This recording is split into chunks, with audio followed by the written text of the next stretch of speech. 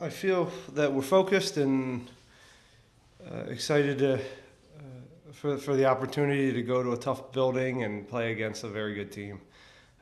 And we understand this is one of the teams that has been consistently playing for trophies since they started this organization. In some ways, that's where we aspire to be right now. So it's a great chance to show that we're on their level, and again, just looking forward to getting out west and seeing what we got against them. Good stuff. All right, Jorge, go ahead. Hey, Coach. Hi, Jorge.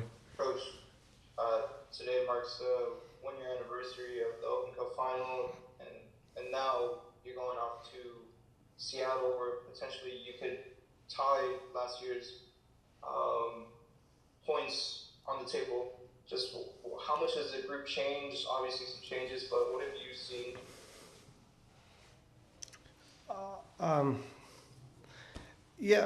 Well, the difference I think now is than last year at this time is I think expectations have changed a little bit, and we want more, and we want to. I think we're even more clear of who we are, and again, as I keep saying over and over, like what makes us good and when we kind of falter, and so it's just still hammering home some of those details to the players and reminding the staff, or pushing the staff right now to get better at this point in the year, because there's certainly still a lot to be desired with our group when we dissect it, and there's more to grow, and that's what it's going to take for us to again get into the playoffs and make a run at this thing. So that's where our focus is. The Open Cup, I didn't watch the game; it was too late for me. But congrats to LAFC. Someone told me today that it was the anniversary of that. Good memories, but we're not spending a lot of time thinking about last year. We have a big challenge ahead of us. Seattle's playing well. They're always so balanced. Defend well, attack well. Not a lot of weaknesses, but some things that we think we think in some ways there's some favorable matchups for us. But I'm sure they're saying the same thing. Along with that, your second year in the club. Tomorrow, if the team wins or if Dallas loses or draws, if I'm not mistaken, the team clinches playoffs. Those expectations from when you started, you've turned the club's identity around. How much does that mean to you and the front office? Well, we don't. I spent 10 years at DC United where it was never you never processed in the moment. It's not a job to do that. If we can have some type of sustained success and set down some foundation that's sustainable here, great. We'll look at that when they get rid of me and I can look back on these times. But we live day to day here, and all focus right now is on Seattle.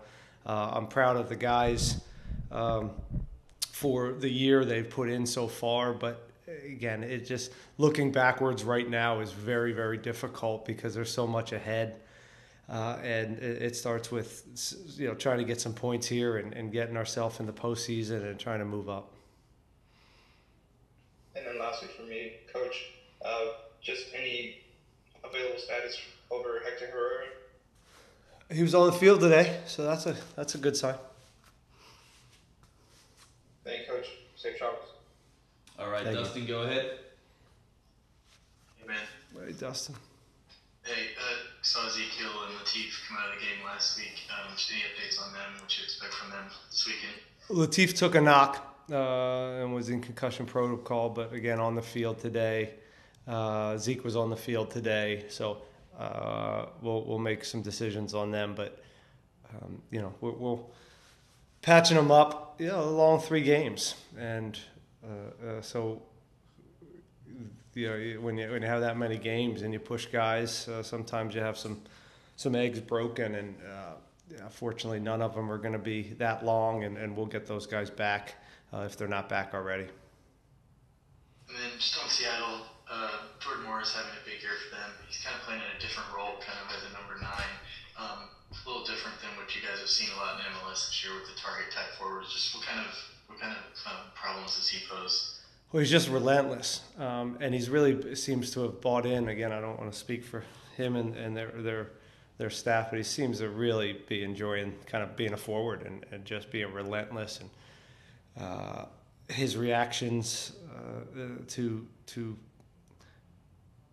find the channels is as good as anybody in the league. He just and they've got guys that can provide him, and it happens very, very quickly. So as much as you can, keep him in front of you, but he's constant, and it doesn't take when you make that many runs and you're just constantly pushing the back line to deal with you get through. And he can score in a variety of different ways. He can get you off the dribble. His movement in the box is sharp. He obviously creates 1v1 situations for himself with his running. Good in the air. So, and he's physical. He's always, every time I see him, he's a little bit broader and bigger than I have in my mind. And with that, his pace and timing, he's a very dangerous player. All right, Herman, go ahead. Good morning, Ben. A couple of quick questions on my end. I want to hear more about Seattle, and what makes them tough. We just touched on Morris, but they had a slow start to their season, but they're catching fire here towards the end. Good September for them. Just want to hear more about what you scouted on Seattle. Well, first off, they have an experienced coach, so he understands you don't win the league in the first month or two, and I think he's patient in that way. And they seem to be a team that starts to sizzle more as the league goes on. So that's nobody's surprised at that. They're balanced. Again, as I said before, they're offensively, they always are capable of scoring goals. Their home form's good. Defensively, as far as crosses and defending the box, they're, I think, 1 or 2 in the league. Big bodies. And they can hit you in transition, but they also can play. So again, I keep going back to the word balance for a team like Seattle.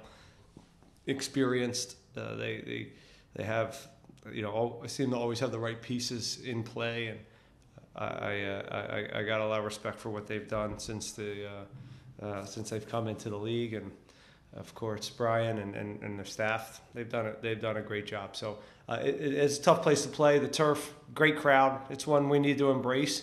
It's a challenge like last week of a place we haven't won. So something to, if you need any more motivation for a game like this, there's some more of it. Perfect. And the last one, our listeners are curious about the integration about Junior Moreno. Has he trained with the team? How's he looking?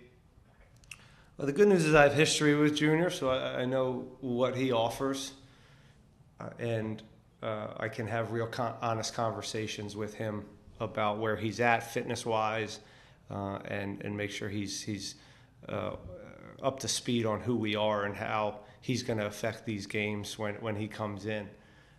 But he's exactly who he is. He's a pro. He's early 30s, so he's been around the block. He's got a lot of games. He had an interesting journey to Saudi Arabia, which is, again, I think you can grow from those experiences and maybe appreciate the MLS and what's going on here. And he's just happy to be a part of this and wants to contribute in some way. And I think that's that where he's at in his career. And then we'll evaluate after the season what's next. But this is just a good opportunity for him and us to take a look at him and in our culture and see how he can fit in. Thank you, man. Best of luck Okay, tomorrow. thanks. All right, Rudy, go ahead. Hey, Coach. Hi, Rudy. Hey, just you mentioned it a little bit, the mentality, you mentioned about this team not winning in Seattle.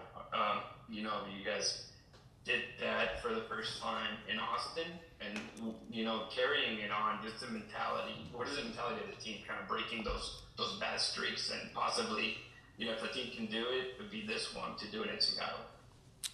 Yeah, it's going to have to be a close to perfect game, and I think we understand that. We're going to have to be resilient. We're going to have to defend the box at times, but we also have to be brave and be ourselves. And connect passes and have long stretches with the ball. And so they aren't able to bring the crowd into it and have as many attacks as they have historically at home. So there's a bunch of different challenges to this one. But again, this team, they look forward to these. The ones where people count us out are the ones that are, I think, our group relishes, and hopefully we'll be at our best, and we'll need to be if we're going to get something out of this game. And last one from me, Coach. Obviously, we saw the letter that was posted from you on social medias and whatnot. But just this team is being so close to clinching the playoffs and playing very well or very good soccer. What is that? The importance of having the fans show up for the last two home games in the final stretch, because again, it's not set in stone that you guys are in the playoff yet. Yeah, let's be clear. And there's nothing given or set in stone. But letters of thank you to the people that have showed up this year and supported us and been behind us. And with that, we're asking for more, and we want more people in the stands to give us even more of a home field advantage. And at times we've let them down this year at home, but again, what I love about this group is they'll give these fans everything they have, and they're very selfless, and they're going to give, and they feel a responsibility to this club to kind of restart it and really build that foundation that we keep talking about. So that and that's success, but it's also sustaining it and being in the postseason. So that's our challenge. And again, the more we can put in the building, the better for us. It's selfish, really. It's selfish. I want people to show up so they can help us win.